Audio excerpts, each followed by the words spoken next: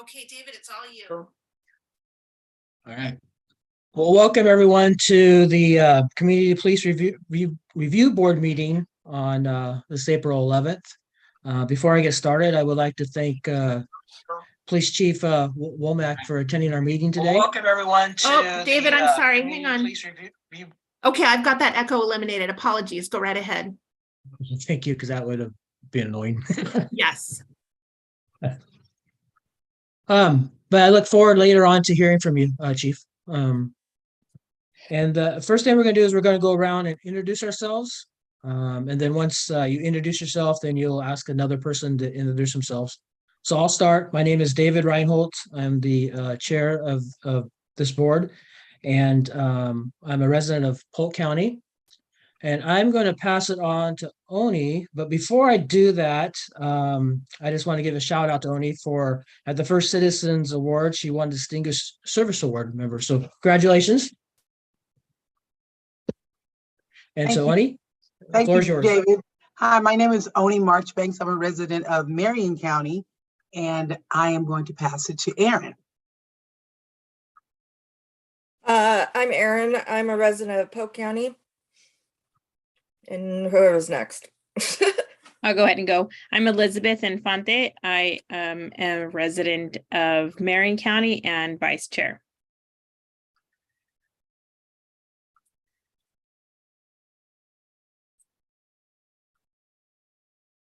I can go next. Sorry, go ahead.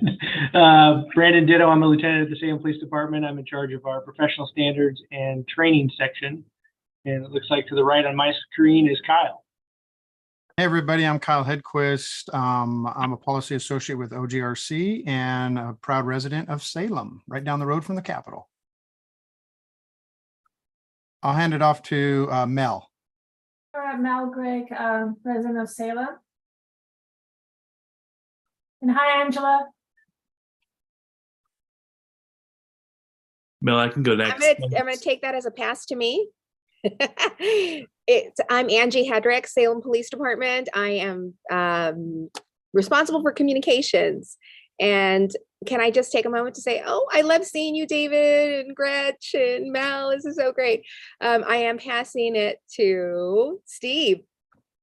Hey, I'm Steve Galvin with the Salem Police Department. I'm a sergeant with our professional standards unit, and I live in Marion County. And Ryan. I'm Ryan Shands, live in Marion County. I'm a TA consultant for the American Institutes for Research around policing and jail evaluations.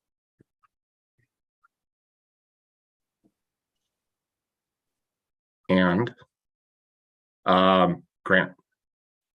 My name is Grant Yoder. I'm a resident of beautiful South Salem. It looks like we have LL left. Lori Evans. I'm Lori Evans, and I'm legal counsel for this board. Very good. And Ryan, yeah, we did hear you, Ryan, right? Yes. We did. And Grant, we saw you? We did. Okay, perfect. Well, I might be the last for you. I'm Gretchen Bennett, and I'm the staff liaison to this board from the Mayor and City Manager's Office. Thanks for being here. Okay, did we hear from Sergeant Galvin? Oh, forgive me. Oh, we did. We did. We did. Okay. All right. Okay. Oh, welcome everyone. Next, we're going to do our approval of minutes from January. Hopefully, everyone's had a chance to look at them. If anybody would like to make a motion to accept the minutes, or if there's any changes that any of you would like to make, please make that known now. Motion to accept. Is there a second? I'll Second. Okay, it's been moved and second to accept the minutes from January 10th. All in favor, say aye. Hi. Aye. Any opposed, same sign. Okay, motion carries. Next on the agenda, we have public comment. I'm not sure if we have any public comment. David, none has been received in advance of the meeting. Okay. And do we have any guests here today that want to make public comment? Okay. Next on our agenda is request for hearings. And on my notes, we have none received. Is that still correct? That's still correct. Okay. And so and at this point, what I like to do is we're going to change the agenda just a little bit. And now is it we'll have Chief Womack present to us, talk to us. Okay, make sure I'm unmuted there. Made that mistake too many times. Yes. Good evening, everyone. It's been a while since I got a chance to talk to the board here. And so there's some new faces, some folks I've met, some folks I'm not sure if we've met or not. But what I was hoping for today is just to talk at really high level, general, about some ideas bouncing around in my head and our head about how we might engage some more with the CPRB. And so I just wanted to talk about that just in general tonight, just to kind of start that discussion. So first off, I'll just quickly introduce myself in case we haven't met. My name's Trevor Womack. I'm the Chief of Police here at Salem Police Department. I spent 28 years in law enforcement down in California before coming up at the end of 2020 to where I am now here in this role. And I'm so honored to be at the Chief of Police here in Salem. I wanted to talk quickly about our policing philosophy as an organization. So I'm going to talk real at high level at a few things, and then I'll narrow down on to kind of where I hope we can go together in partnership. And so just stepping way back, our policing philosophy here at the Salem Police Department is really about these two equal parts of smart policing and principled policing. And so smart policing, simply put, is just being very effective at what we do, right? Trying to take evidence-based approaches to how we police here in Salem, data-driven decisions, so forth. Principled policing is more about who we are as individuals and an organization. So it has a lot to do with our trust building work that we want to do with our community. So we want to be very smart and effective in how we do our jobs, but also at the same time, make sure we're building and maintaining trust with our community. That's our overarching policing philosophy as far as how we approach our jobs here in Salem. So starting from that point, we worked hard to build a strategic plan that's in place now for us. It's guiding the organization. It comes down to those core principles of safety and trust. And the work that we did to build our strategic plan has us focused now on safety, legitimacy, and excellence, these three areas. And so, again, you see that theme of safety and trust built right into our strategic plan that's now focusing our efforts here as a department. And so I think also Angie might be able to help me with some of the information. I didn't want to interrupt you immediately. No. I just wanted to make sure we're on the same page, because I'm just overviewing kind of what's in place already within the organization. And there's a lot of that information that's available online. And so I just wanted to Angie to help kind of preview some of that, what I'm talking about, as an additional resource for anyone that wants to dive in a little deeper. So our strategic plan, our 3-year strategic plan is online on our Salem Police Transparency Portal. And again, it's got us focused on that safety, legitimacy, and excellence. That legitimacy component for us is kind of what I want to focus in on a little bit tonight with all of you, because that's the trust, the intentional focused work on trust building that we have as an organization now. And so that rests a lot upon a core principle that we have, which is around procedural justice, this idea of procedural justice. So you heard me talk about that a lot. And it's a very common sense approach to building trust. If you think about it, when we talk about procedural justice and what it means, when you hear this, most people will think, well, of course, this is obvious. This is how you build trust in any relationship. So it is common sense, actually. But the difference now, and why I think it's so important, is that it's evidence-based also. It's supported by research and evidence that it's proven to be effective as far as improving trust between the police and the communities they serve.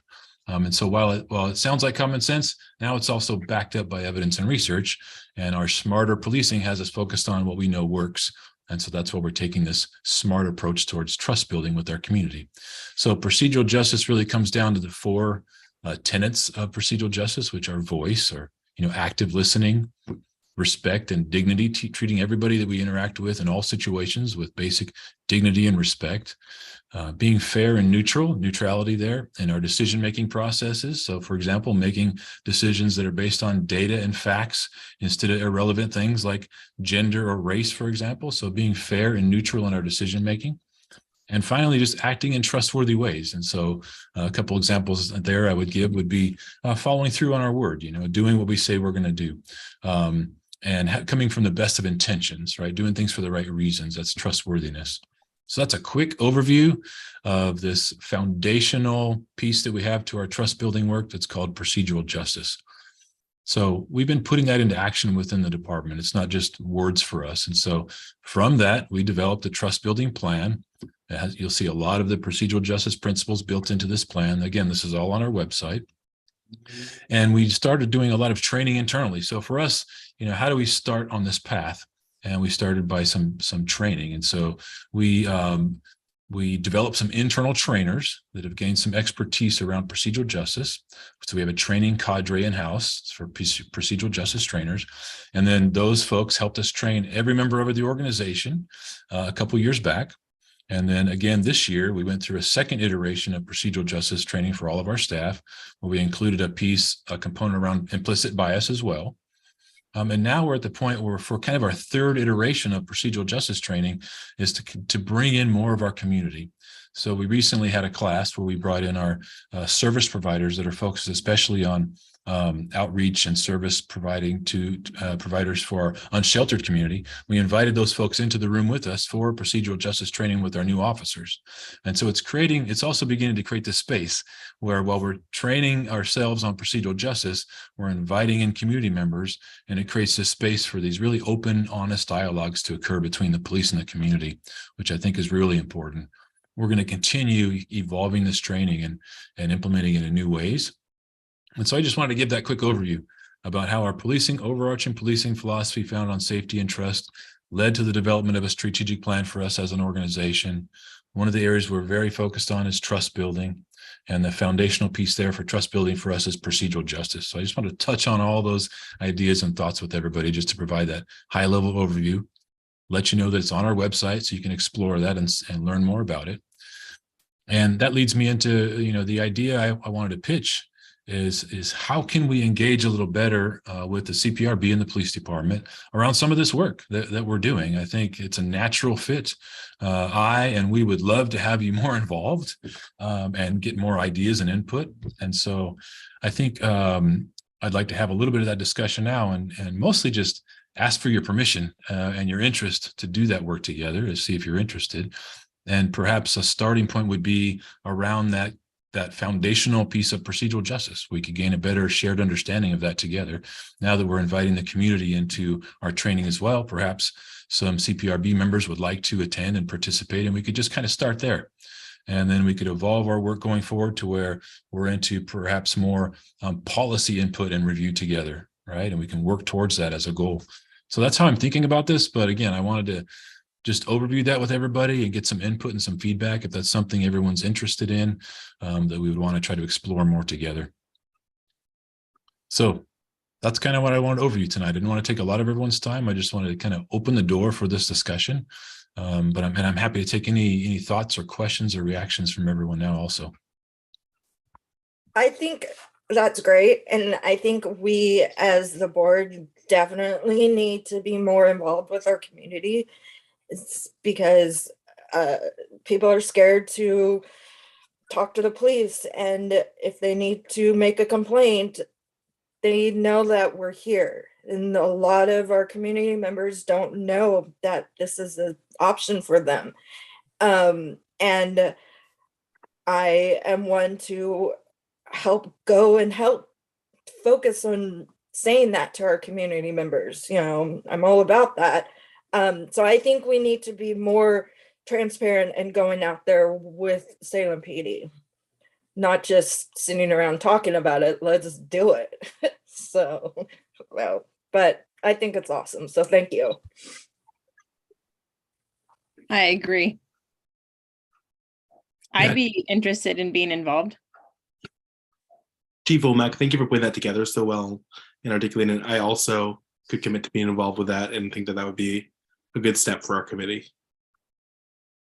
Yeah, thanks, Chief Womack. I just a little shameless plug about myself. I spent 10 years working for the state prior to coming on and volunteering for the board. I worked around juvenile custody practices. I've met every chief and every sheriff in the entire state over 10 years. And I think the biggest thing right now for me and the sort of the reason why I joined was really that accountability piece. And as long, I think there's a beautiful relationship relationship dynamic that can be formed between the civilian, review boards and between the police department.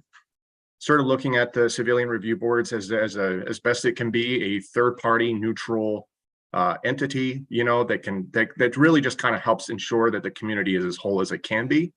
Everybody has a job and everyone's doing the best they can, to perform their jobs. But I think if we don't come together more often, that's how things fall through the cracks. So I just want to say thank you for bringing that as an opportunity, and I'm absolutely interested as well.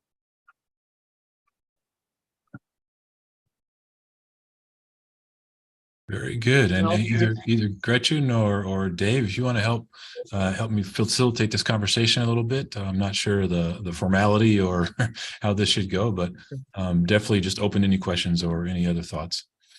Well, Mel, I saw your hand was up. I don't think we're doing it that way, maybe. I don't want to just let them talk. Will somebody be coordinating that? Mel, I struggled to hear the beginning of what you said. Would you mind repeating that?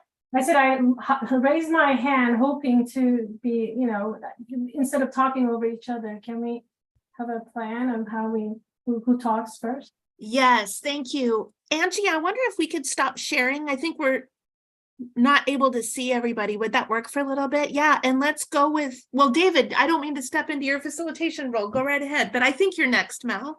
Okay, thank you. Yeah, Mel. Chief Vomack, I haven't actually met you. I used to work at City of Salem for 10 years as a senior HR analyst. So I hired some of your police officers, have been participated in promotion of some, and I live in this city and I feel safe. I know the police officers. I know what goes into being a police officer. So I just want to ask you something now that I met you, not in person, but kind of in person. I was really sad to see the Statesman Journal article in March, the end of March, where it talked about police shootings in Salem higher than any other city, including Portland in Oregon, proportionally in the last 10 years. I know we just started doing body-worn cameras and all of that. Do you have any insight as to why that could be happening? Sure, I do actually. And you know what, Gretchen, I'll ask too. We have a link to the recent city council meeting where I spoke to this issue. The article came out maybe 2 weekends ago. And then the very next evening on a Monday night city council meeting, I did, speak publicly to the city council about this issue. So I think that'd be a good link to share with this group just for general awareness. But basically what I covered there is that, these numbers, of course, draw your attention, right? The basic, I don't know if everybody's seen the article, it was in the Statesman Journal. It had some information about officer-involved shootings in Oregon and Salem having a disparate number as far as the per capita ratio of officer-involved shootings. And so that's the gist of the article and why that number would be higher here as compared to, say, Portland or Eugene, for example. And so the numbers are obviously concerning. So, we're monitoring this. I wanted to reassure everybody that we're aware of that now. We're looking into it, try to understand it better. But the important point that I made during the meeting, and then I'll say again tonight, is that the numbers just draw your attention. They don't really tell the story, right? It's just a number. And so more importantly is to take a look at each individual case as far as what happened, right? And it's very important to understand that Oregon State Police just yesterday, right? It wasn't Salem Police Department, but Oregon State Police within our jurisdiction had an officer-involved shooting that involved a suspect shooting at a trooper. Right. And that's the case that we've seen here too. Our last 3 officer-involved shootings have involved a person shooting at a police officer. So it's 3 of our last officer-involved shootings have involved a threat of deadly force to a police officer with a firearm. And so there really is no other response other than to shoot back. I mean, that's the only response for the police. That's what we train our officers for. They're equipped for. Of course, no police officer starts their career or day, wanting for something like that to happen, but they're definitely prepared for that. And so I, as a police chief, actually expect them to respond in that way. And so, again, the last 3 officer-involved shooting incidents here in Salem have involved people shooting at the police. So if we kind of need to think about the context of each individual case. And the way those are reviewed here in our county, both in Marion County and Polk County, when these incidents occur, there's an SB 111 protocol. You hear about that sometimes, a Senate Bill 111 protocol. And so we have an agreement on both sides of the river here in each county with the district attorney's office as far as how these incidents will be investigated, because we don't investigate our own officer-involved shootings, right? An outside agency does that. So the DA leads the investigation, and usually an agency such as OSP will come in and investigate a shooting that we're involved in. And that's the first layer of review. They do that independent outside review. They take it to a grand jury, review the facts, and they're really making a determination of criminality, right? The lawfulness of that use of force. And in all of our cases that we're talking about here, that has occurred, and they've all been found to be lawful uses of force by our police officers. Then there's other additional layers of review that we have as well. So there's a civil review that we do, right, regarding potential civil litigation with our city attorney's office. There's an internal review that we do to make sure that our officers were within policy, that they followed all of our policies. And then we look at it from a training lens as well. You know, were the actions in accordance with our training? Is there any training we need to adjust or change based on what happened? And so there's multiple layers of review that happen on each one of these incidents. And so just rest assured that that occurred with all of these incidents here in Salem as well. We're also seeing violent crime increase, you know, like many cities across the country, violent crime is increasing. The same thing in here in Salem. For the past several years, it's been definitely moving up, while property crime, you know, has stayed relatively flat or even trended down. Violent crime is actually going up here in Salem. And so, you know, the logic would tell you that as officers are facing more violent crime in the community, just the risk level goes up for violent encounters as well. And we took a look at, to understand that better, we took a look at our number of officers that have been assaulted. How many times have our officers been physically assaulted? And that's trending up also. So we think about why that's happening, but the data does show that it's actually increasing. And so that could be behind some of what we're seeing too. And the lethality or the level of those assaults on officers is increasing as well. Just like I said, with our last three being officers being shot at. So there's, you know, it's a very nuanced conversation. It's complex, and the numbers and the headline will draw your attention. But really, to understand it, you have to look into each individual case about what happened. You remember the most recent one that just happened down off South Commercial Street. What happened there was, you know, a man for whatever reason tried to rob somebody their vehicle at gunpoint in the morning, right, and near Planet Fitness down there. And luckily, they drove away and got away from this man. He said he was going to shoot them. Then he ran over to Planet Fitness and he grabbed a woman in her 80s, I think. Stripped her car keys away from her and struggled with her, and then fled from officers as they arrived across the street, and then hid down behind a vehicle. And when the officers confronted him and he stood up, he began shooting at the police officers. So really there's no de-escalation training or anything other that you can in that response to do other than respond to that deadly threat. So that's why I just emphasize how important it is to look at each individual case rather than just the number alone. Oh, and thank you. I know the justification of use of deadly force has been found in every one of them. I think that's not, they're not, the article was not saying it was like on, you know, illegitimate shootings by the police or any of that. It was just proportionally, like you said, it's proportion to maybe 5 here for 100,000 is more than, I don't know, 8 for Portland with 500,000, their population. But it's still a 10-year trend, right? And I think you touched upon that. The violent crimes are going up. Why is that? I wonder. Is there any, I know we're looking into it in our crime analysis, just, is it more drugs? Is it? Well, Chief Womack, I'll go ahead and chime in here. I just left the Marion County Public Safety Coordinating Committee to get to this meeting. And we spoke about, I think Judge Prawl was speaking about how Marion County, as opposed to Multnomah County, has way less attorneys right now, which is forcing Marion County to put out a lot of offenders back on the street. So that is huge as to why Marion County numbers are probably a lot higher than Multnomah County or other counties, because there's a lot of individuals who can't sit in jail and who are forced back out into the street. So I feel like that may play a role as to why we have so many people back out there committing crimes. And again, I don't know that the county or the city really cross in regards to some of the stuff that is spoken in the Public Safety Coordinating Committee, but also the Mossman order, right?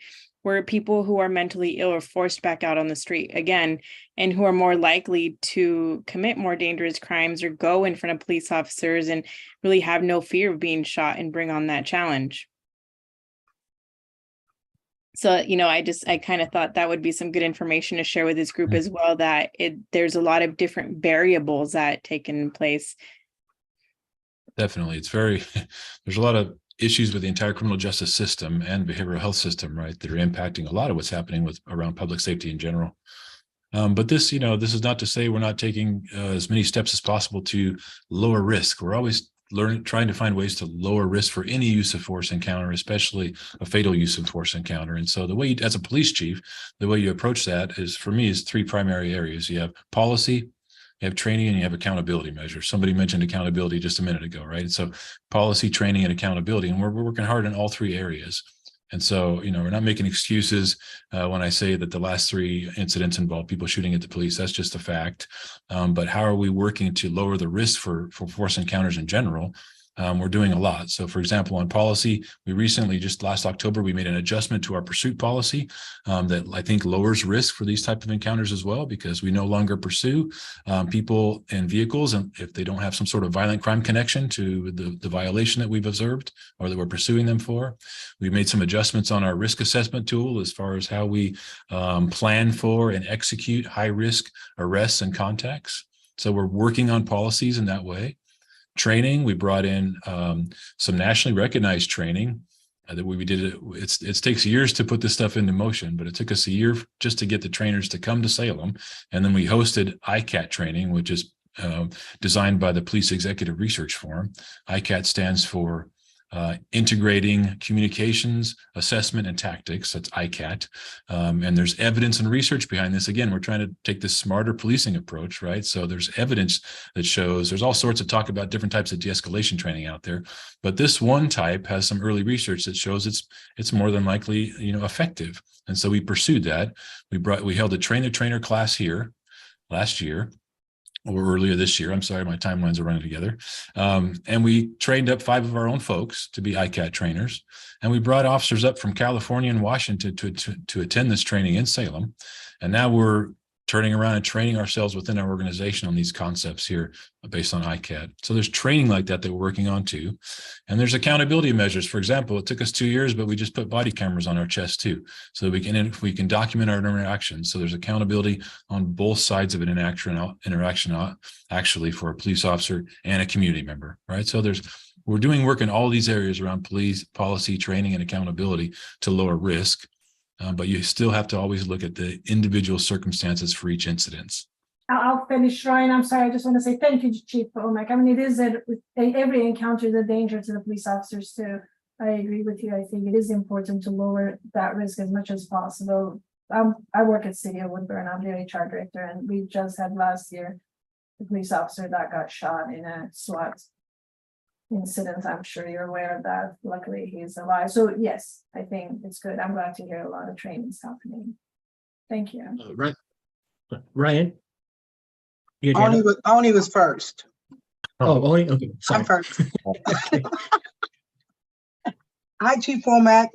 I don't know if you remember me, but I met you at the height of George Floyd tragedy, and of course I remember you. Yeah. We kind of lost the contact, but I'd like to be involved more. And I understand that if someone's shooting at you, you have to shoot back at them. I'd be curious to know how many of those deaths were unarmed, and where there was just a threat to safety or something like that, because to me that does make a difference.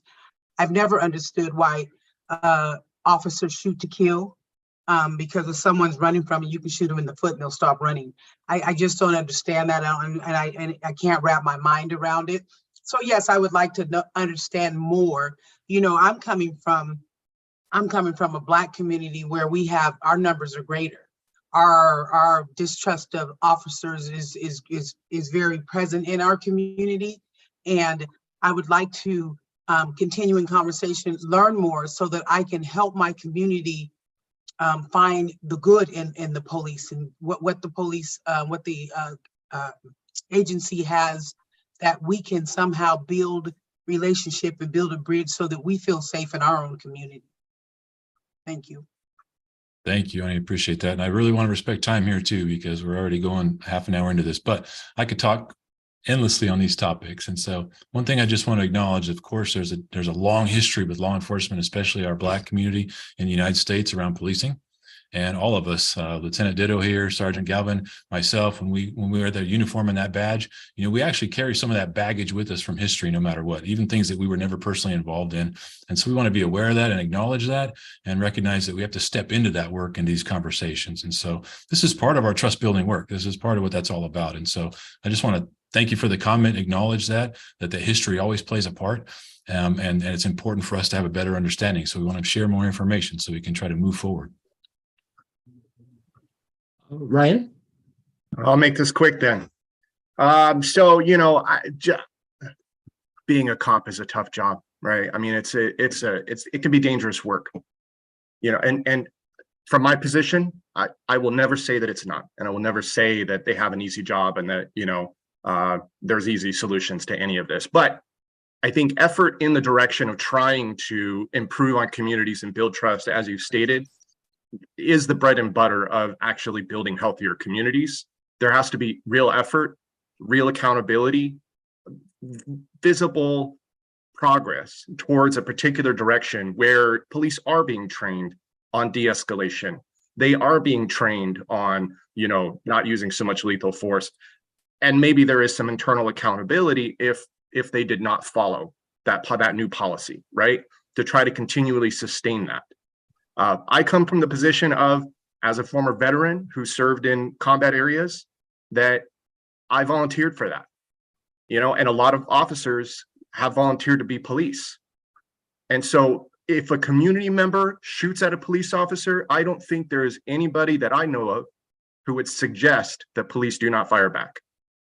I think where the biggest focus is on improvement and building trust in the communities is showing that police assume the risk, right, that comes with putting on that badge and putting on that uniform, okay, and being hired into that position and working those streets, okay? And there are people out there right now among the community that are scared to death, that don't have a gun, they have no intention of shooting at police, but they are still terrified at the encounters they have. I did a ride-along with one of your officers. It was fantastic, okay? He talked all about this stuff. And so I would love personally to hear more about that, about even just in the weeds, how we're making this progress and, how we're instilling and building this in as solid foundations to the policing work done in Salem. Thank you. Great, thank you. And this is going to be probably a good segue. We're talking about accountability now. And I know that I have a couple of my folks here that are going to be talking about, internal affairs processes and so forth, some of our accountability measures. And also, we're very soon to release our annual report on use of force. It's very close to being finished. We're getting into a routine now where we should be able to have those completed by April 1st of every year, right? So by April 1st of the next year, we'll be able to have that report done. We'll post it on our transparency portal for everyone to see. We'll be able to talk about it and discuss it with all of you when it's released. And so those are some good accountability and data sharing things that I think are going to be positive for us around this work. But with that, I think I would probably want to ask if we could move on. Okay. I do want to ask a quick question to the board. Chief Womack has asked us a question about getting more involved and helping out. Is the board all in on this? Yes. Yes. Any opposed? I think they would like to see next steps for that to make sure that we can make it happen as well. Mm-hmm. Okay. All right. Maybe Thank you, Chief. I'll circle back Gretchen too, and maybe you, David, and we'll just figure out, like, we do have another procedural justice training coming up in this month, I think, so we can share the date for that and see who might be interested in coming, and we could use that as a first step. I think it's a good entryway into these conversations. If I could That'd just be add, great. it is April 26th. And so I'll send the information to Gretchen, and if you could pass along with that link. All right. Thank you. David and So Gretchen, next, could we also schedule time to review the use of force report when it comes out? Definitely. I think Lieutenant Ditto and Gretchen were already talking about that. I think, Brandon, were you planning on bringing that to the group? Yes, we're planning it for the next session. So this session talking about complaints, our annual report for that and our process, and then next session going in depth on the use of force report. It'll already be out on the portal here, I would say likely within the next week. But then we can kind of do a deeper dive in our session if that's appropriate. Perfect. Thank you. Yeah, originally was on this agenda, but there was so much on this agenda, it got pulled off because we only have an hour. So next is our complaint and investigation annual report, and Sergeant Galvin's going to do that. And Steve, I can take it. I have it up on my screen here. We talked about kind of switching it unless you're ready. No, go ahead, please. Okay, so what I would like to do, if we are running a little short on time here, but let me do a screen share here. I would like to start off by showing you our complaint process. If everybody can see here. Okay, let's see.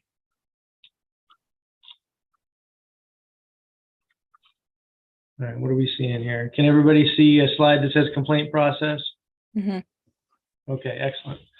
Okay, so what I'd like to do is just walk you through what our complaint process looks like and some of our measures for accountability there.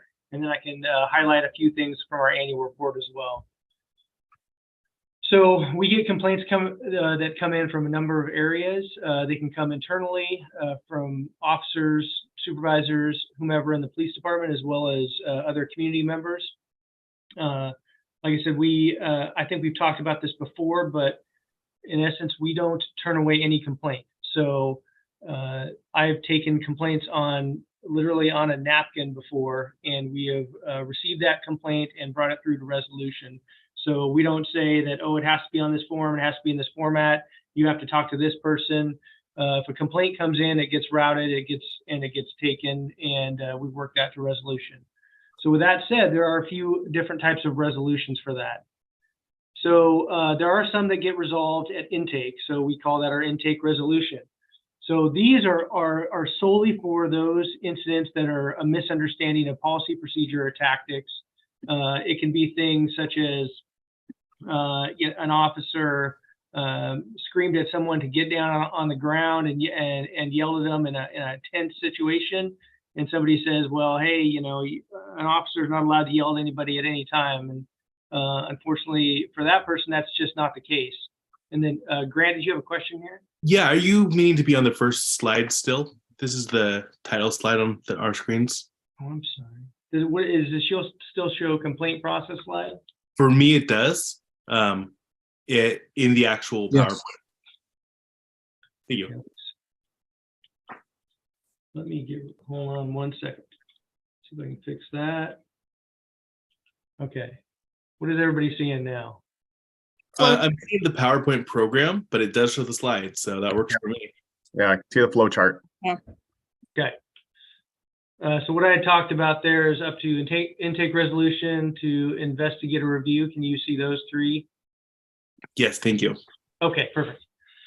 So these ones can get resolved at intake because it's mutually agreeable to the person who's calling in the complaint, just saying that they understand that this is the policy and this is why the officer did what they did given that circumstance. Maybe it wasn't the best example at the time, but in essence, they call in, they speak with typically a supervisor in the field, and the complaint gets resolved and there's no further action necessary. And this is, again, for very low level instances.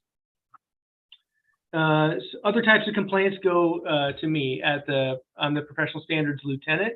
So they'll come to me. Sometimes they'll come directly to Sergeant Galvin or Sergeant Morrison, who are part of our professional standards unit. And those ones can go if they are low level complaints, and what we would consider a low level complaint are these ones listed here: rude conduct, some sort of tardiness of the officer, not responding to the station when assigned, or other rules of conduct that can be coarse language, could be, we have standards for official correspondence being in an appropriate manner for emails, appearance, things of uniform concerns that aren't well kept, things like that. So those are lower level complaints that are minor complaints that I would work with the divisional deputy chief. So say it was someone in the patrol division, I would work with that deputy chief, and they would find a resolution based on the person's history and the level of complaint. So if it was something like this, there hasn't any history, It may be a conversation. It may be documented in one of our systems, which is our Guardian tracking system, which tracks kind of the officer profile. And so that is kept there. I noted there that these are never, there's a number of complaints that are never addressed in this format, but never complaints anything that has any substance of corruption, discrimination, sexual harassment, or any use of force case. So those types of complaints are never handled by the employee's lieutenant or the divisional deputy chief in that format. Those are all investigated by my office. So another track that can happen is that we get a complaint and there may be a criminal aspect to it. We may believe that there is potential that this complaint could show that the officer conducted criminal conduct. And as the chief mentioned earlier, is that we don't investigate ourselves at all in these circumstances.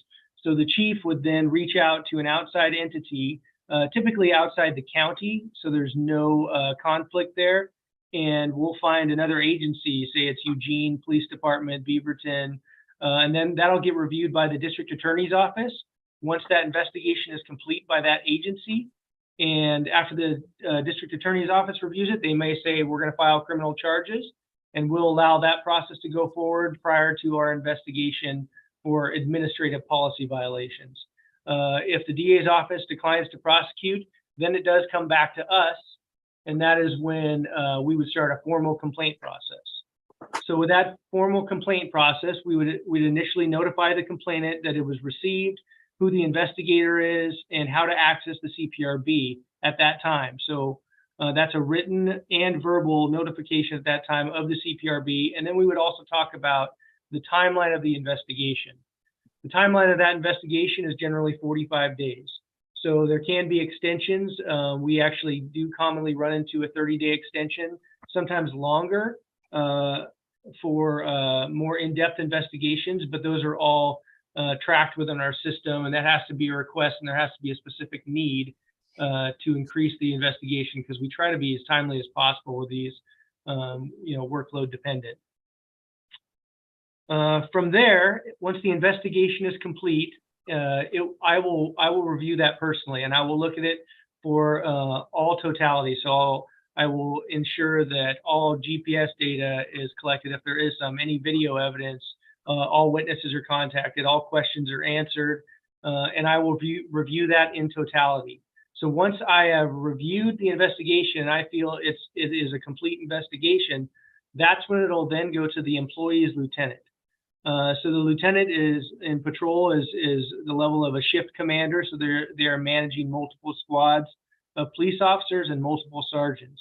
That lieutenant will review that investigation where they had really no party in it whatsoever on the front end, and they will do an objective review of that to see if there are policy violations, and the policy violations that are identified, if those policy violations are either sustained, not sustained, exonerated, or considered to be unfounded.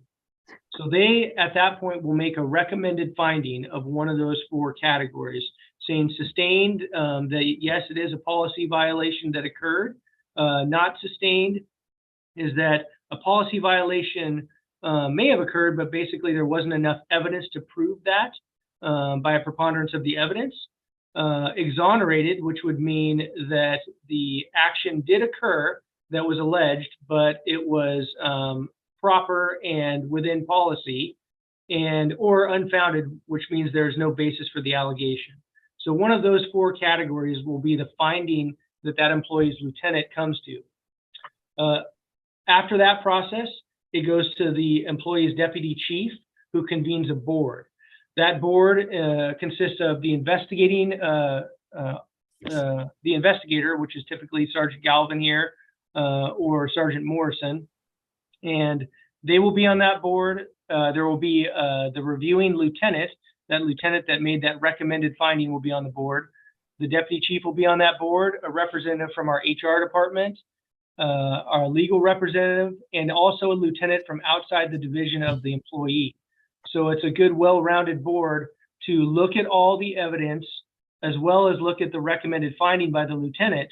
And then after that board has reviewed everything in totality, the deputy chief will make a finding of one of those sustained, not sustained, exonerated, or unfounded. From that point, now it goes to the chief of police. So the chief of police then looks at it and he goes through what we call a due process. It's a pre-disciplinary. So if there were sustained allegations, they would go to the chief and it would show that here are the sustained allegations. Here are the recommended, here's the recommended discipline for the board, whether it's a letter of reprimand, a suspension, all the way up to termination, would be a recommendation that comes from the board. At that point, the chief reviews that, and then he holds a meeting with the involved employee, so the employee gets a voice to be able to say, well, the investigation didn't uncover this, or here's new evidence, here's something that they didn't consider or didn't consider properly. So they have one last chance to be able to explain themselves to the chief of police, and the chief of police is the ultimate decider of if the allegations stand. So if there are sustained allegations, if they stand, and then the chief decides on discipline at that point. And that's the final determination. Now with that, the employee does have an opportunity to appeal that to the city if they don't agree with that. So there is an appeals process as well after the chief. But I try to make that as quick as possible, but still give it the detail and respect it deserves, because we do have a pretty in-depth process. We try to be as an objective and fair to all parties involved, the complainant in the matter, as well as the involved employee the entire time. Are there any specific questions about that? Yeah, Lieutenant Ditto, I have a question. I noticed that there's no union on here. Do our officers, are they members of a union, and does that play a role in these internal investigations? Yes. So everyone, now we still have some corporals within the ranks, but that is getting is slowly dissolving over time. But corporal, detective, and officers are all within the Salem Police Employees Union. So at every step of the way of this process, they will have union representation. So that union representative may choose to also bring in legal representation as well. And they would have knowledge from the complaint portion of when the complaint is alleged, all the way through the investigation and the interview of the involved officers, and all the way through the process to the due process portion with the chief. They will not be included, the union will not be included in the lieutenant's findings. That is their initial determination. And they will not be included in the review board. That review board is solely to determine if those allegations are sustained, not sustained, one of those four determinations. But then at that point, they would be included in that due process meeting. So thank you. Yeah, thank you. Thanks for that question. Can't see. Is there any other questions there? Yeah. How would, thank you, Lieutenant. How would you differentiate the review board that does this work versus this review board? Those aren't the same thing, are they? No. Okay. But so how internally, how do you reference them? For us, the community police review board, the CPRB, we would differentiate it that way because it's specifically for the complainant, typically a community member. Our review board, we call it our internal review board. Mm-hmm. And so that's how we differentiate it, at least with our nomenclature of it, if that answers your question. It does. So I guess I'm pretty new to this, so I'm looking to just understand a little bit more about this process and where we come in. Where would we come in to this flow chart? So you would come in at that final determination stage. So at that point, if there was, once there's a final determination, is that we would notify the complainant of what the final determination was for the officer. And so at that point, there would be a written notification as well as a verbal notification of what the outcome of the investigation was and what the final determination was. At that point, if the complainant does not believe that it was a fair process or that it wasn't resolved to their satisfaction, that's when they can seek recourse to the CPRB to you yourselves. Got it. Okay. Thank you so much for that. Appreciate it. Yeah. I apologize. I should have actually written that in there. That can be confusing. Now that I'm looking at that, I totally understand what you're saying. Yeah, I'm just new. Just trying to understand. Thank you for that. I really appreciate it. I'm also a little bit, has that ever happened? Has this board reviewed a case that's come to final destination or determination rather? This is Gretchen. I can take that one. Yeah, the last that I remember that came all the way through, we had someone begin but not end the process with us. And then the first one that came all the way through, the officer had been exonerated in the internal process and the person appealed to the CPRB. And so then the CPRB completed a review. And in this case, they ended up agreeing with the police department's determination. Thank you, Gretchen. Yeah. If I could speak real quick again, our complaint form that is in the front office building, all of our supervisors should be carrying them with them and all the officers have access to them.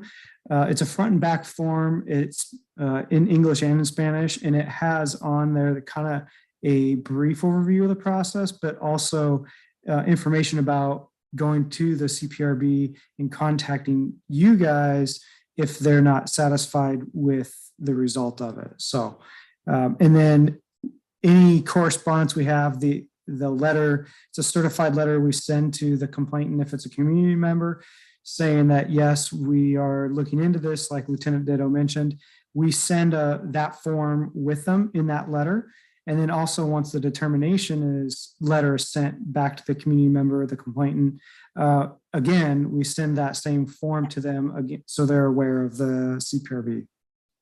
Thanks. Did have one more question, if I may, and then I'm done. Can we see reports for the number of times that our complaints are brought against the Salem PD officers where the cases are resolved internally? Because as I understand it, right, we'll hear from it on the tail end, at the very end, if it's in the appeal process and the civilian was not satisfied. But is there a way we could see statistics on an annual basis? So that is what I'm able to bring up next if we're prepared to move to that. Awesome. Thank you. Okay. I'm going to go back to share screen here, and I'm going to try this again. I'm used to Teams, and sometimes the Zoom doesn't work as well for me. So let's see here.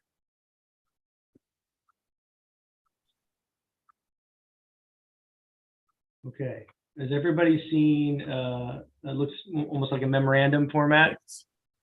Okay. Okay, so what I have here, this is our summary of our complaints and investigations for 2022. I did highlight a couple things here. You're welcome to read or ask questions about anything you see within the document.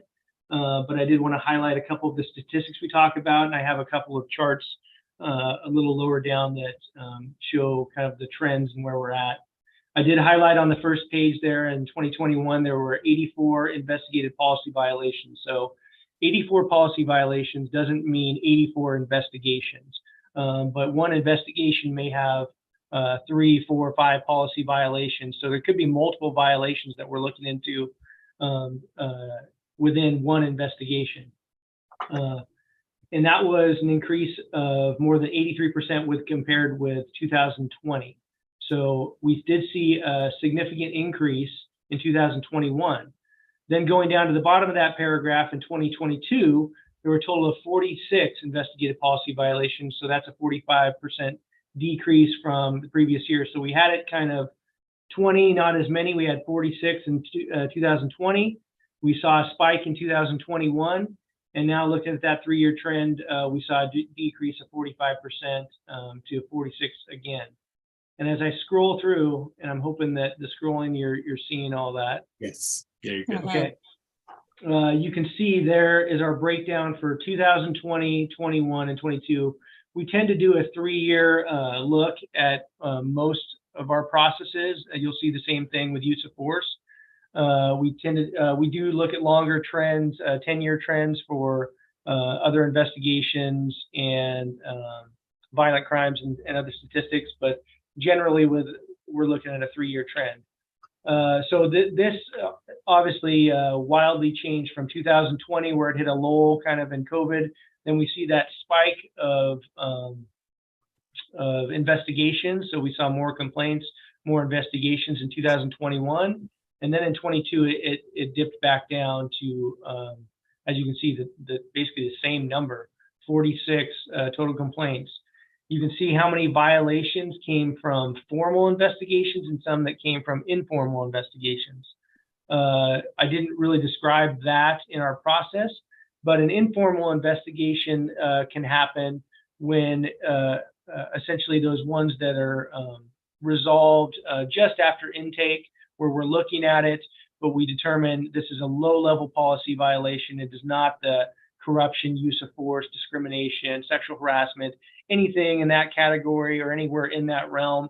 And those are treated as informal investigations, and we track those as well. And then looking a little farther down here. Lieutenant Ditto, I apologize. Yes. This is Gretchen. Just to interrupt, I want to check in with David and the board. We're nearing the end of the time. Would everyone be comfortable extending the meeting by about 10 minutes so we can complete hearing about this information and then do the remainder of the items fairly quickly? Absolutely. It's fine. Great. Hearing no objection, and certainly drop off if you need. Thank you, Lieutenant Ditto. Okay, thank you for checking me on that, Gretchen. I have completely lost track of time here. I'll ask you a question. I'm sorry. Can you move up in your chart? I think if you can quickly explain the difference between exonerated, unfounded, etc. for people. Yes. So the four determinations that we had. Oh, let me go back up because I think it shows it there. Right. So what we're looking at, if you can see my cursor, I'll go to 2020 here. Sustained means that a policy violation did occur, and that is after the entirety of our process, we determined that those policy violations did occur. There was a finding, the fact finding by the lieutenant, and the board concurred that yes, those were policy violations. And from that, there could potentially be discipline up to and including termination for those policy violations. Not sustained is typically that the policy violation may have occurred, but we don't have enough evidence to show that it occurred. So there may be some evidence to support it, but there may not be. The standard is however you want to phrase it, but preponderance of the evidence. So over 50% to show that this allegation did occur. So it's actually a pretty low bar, just over 50% showing that an allegation did occur. A non-sustained would show that there is some evidence, but there's not enough to show that it did in fact occur and to sustain that allegation. Looking next at exonerated. Exonerated means that the action that was alleged did occur, but it was proper and within our directive. So what will happen sometimes with this may be a use of force complaint. They may say the officer grabbed the person and took him to the ground, and I think that was completely out of line and outside of your directive. And then we look at the totality of it, and let's say, for example, the person was grabbing for a knife and they were able to take him to the ground and put him in handcuffs, and the witness didn't see something like that. But the investigation and maybe some video evidence and other witnesses did see that. And so we look at that and we go, well, it was absolutely proper for them to take them to the ground and potentially use more force in that circumstance, given the situation. And for that, they would be exonerated for the policy violation. They would not be outside of policy. Unfounded is just really what it says is that we looked at this allegation and there's frankly no evidence whatsoever of any substance that this actually occurred. Unfortunately, we get some of these with those suffering from mental health injuries and stuff like that. Like I said, we take all complaints. And so even though someone is clearly suffering from a mental health condition, maybe schizophrenic, we have documented instances of that. We still look at those instances in totality. And they might say, I mean, we've had people that say that that person punched me in the incident, and they're like, well, that officer not only wasn't there, they weren't working that night, or no officers were around. Oh, and here's the video evidence of you just standing there and falling to the ground, and showing them that level of evidence to bring it to an unfounded conclusion. So that's where we're at there. And then those four are the only categories that for resolution. It has to be one of those four is what we have to determine. Inactivated, Brandon? Yeah, say again. What does inactivated mean? Inactivated are those ones that were at intake resolution. So thank you. So those the formal investigations would have one of those four. Inactivated was inactivated at intake, and then open, as you can see, there are the ones that at the time of the report were still open investigations.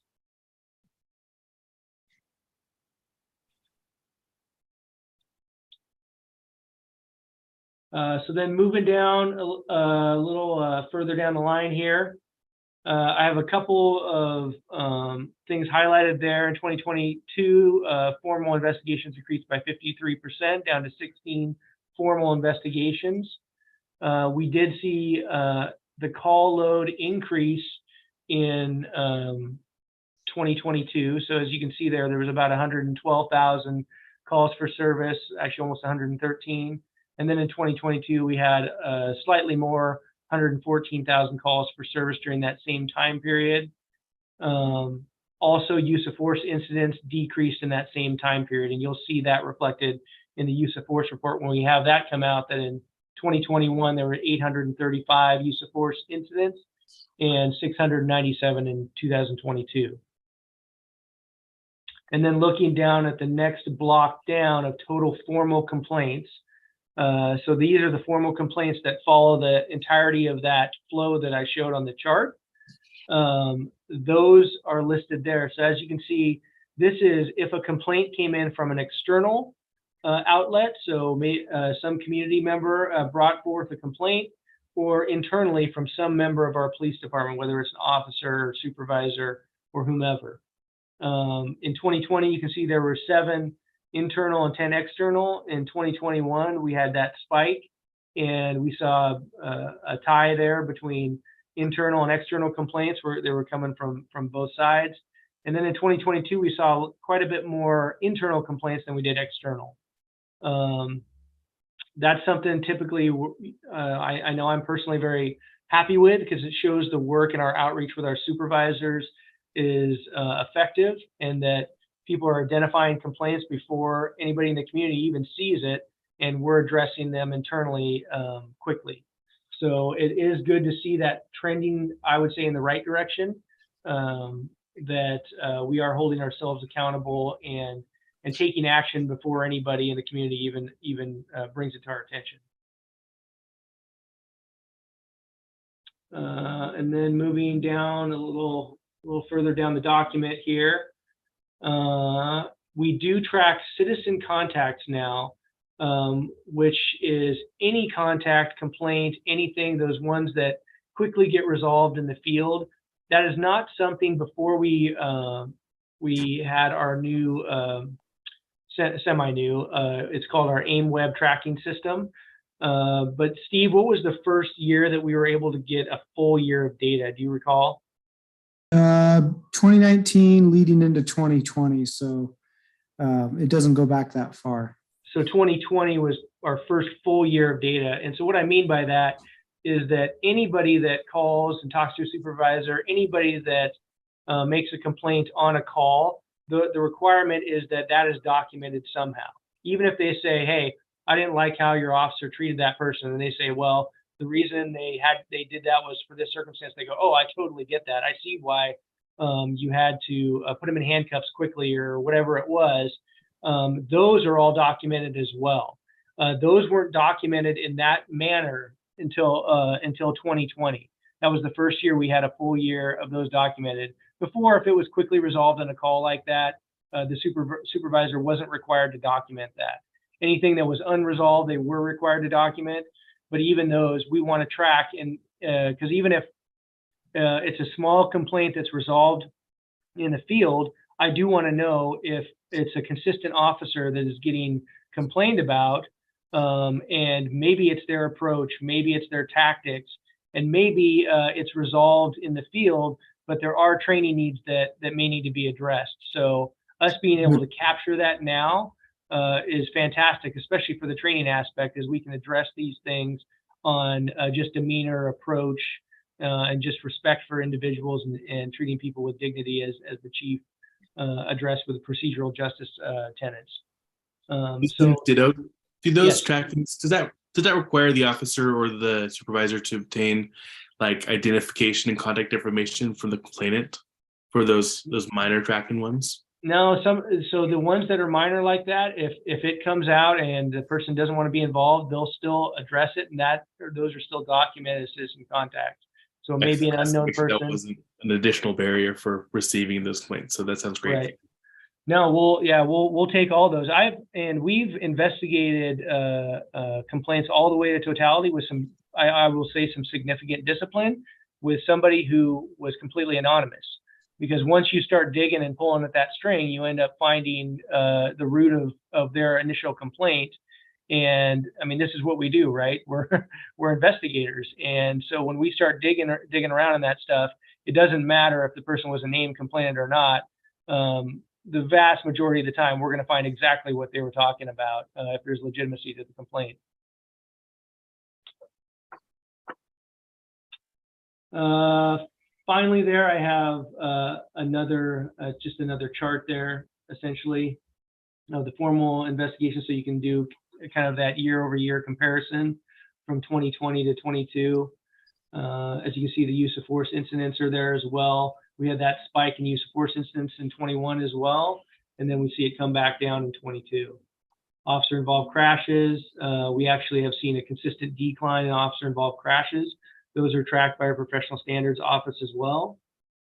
And those administrative reviews you see at the bottom, those are directly related to what the chief talked about with officer-involved shootings.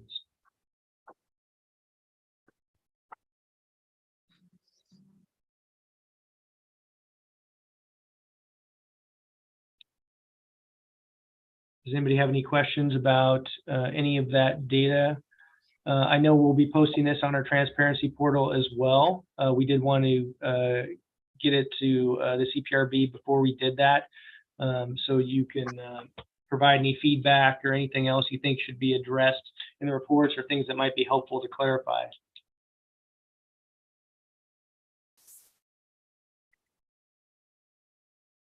Between a new chief, a changeover of leadership, the construction and moving in of a new police department, and a pandemic, which do you think contributed?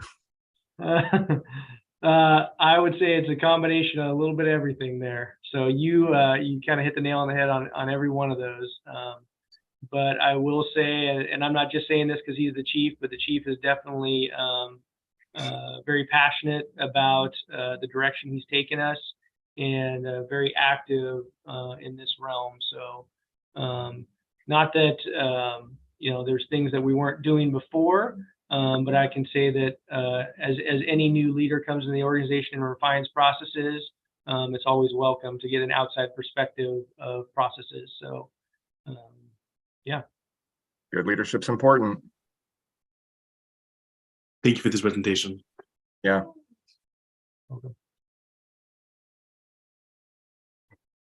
Any other questions? Okay, thank you, Lieutenant Dill. Next will be Gretchen. She's going to talk about our meeting format. Yes, briefly, and thanks for your patience with the time a little bit. At the last meeting, the group asked me to investigate whether we can do a hybrid format for our meetings, returning to in-person with the Zoom option. Regrettably, no, that's still outside policy until we can achieve a level of equity across the 17 boards and commissions at the city. And so we're moving quickly, though. I understand we're making progress with the technology in the different conference rooms, so it won't be long, I'm told, before that is an option. So I can keep you posted. For now, we would either need to remain on Zoom, or if the board as a totality would like to return to completely in person, I can request special permission for that. So I will leave you with that thought for now, and then watch for the opportunity to move to hybrid ASAP. Thanks, Gretchen. Thank you, Gretchen. The next item on our agenda is board member comments. Anybody have any comments? I want to thank Chief Womack for coming to the board meeting and providing us an update and just being a passionate human being. Very much appreciated. Same for me. I really appreciated sitting on this my first time. And I grew up here in Salem, went to Kaiser Elementary and McNary and, Whitaker. And so this city is near and dear to me. I live close to downtown, and it's kind of sad to see what has happened, partly due to COVID, businesses moving out. But, I love Salem. So anything I can do to help is what I'm going to do.